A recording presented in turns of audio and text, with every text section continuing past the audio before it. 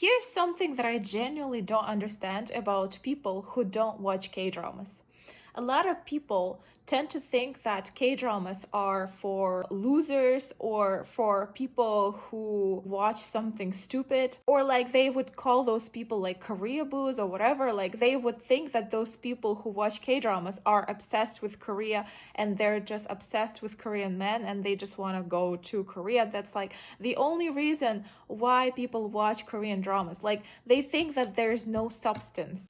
But this couldn't be further from the truth. I have seen a lot of really good K-dramas. Like the K-dramas that I've seen recently, for example, Dear Ex, As You Stood By, Mouse, The Glory, they are incredible. The storytelling, the writing, the acting, they're just impeccable. Obviously. Still, K-drama male actors are stunning. They're gorgeous.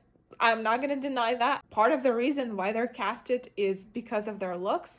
But honestly, why is that bad? Because you still have to enjoy whatever you're watching visually, like you have to appreciate what is going on the screen with your eyes as well.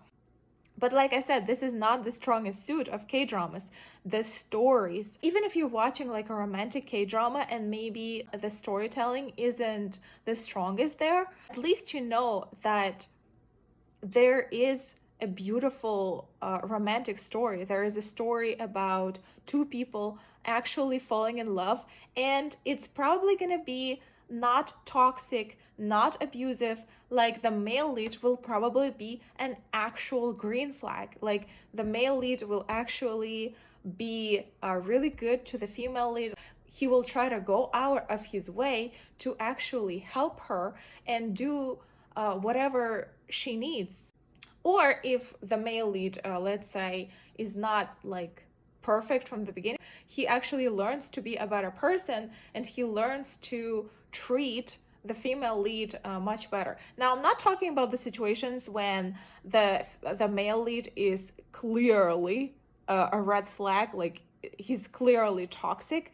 Like that actually rarely happens in K-dramas. I think maybe it was happening more like in older K-dramas, but in the newer ones, they're actually nicer. Again, if we're talking about romantic K-dramas, okay, not thrillers, because in thrillers that could be a different story. In thrillers, they could be horrible. Like for example, in the latest K-drama that I saw, it was As You Stood By, there were a lot of cases of domestic violence. But it's a different story. That the strongest suit of that K-drama was the storytelling and the fact that they addressed this problem, because obviously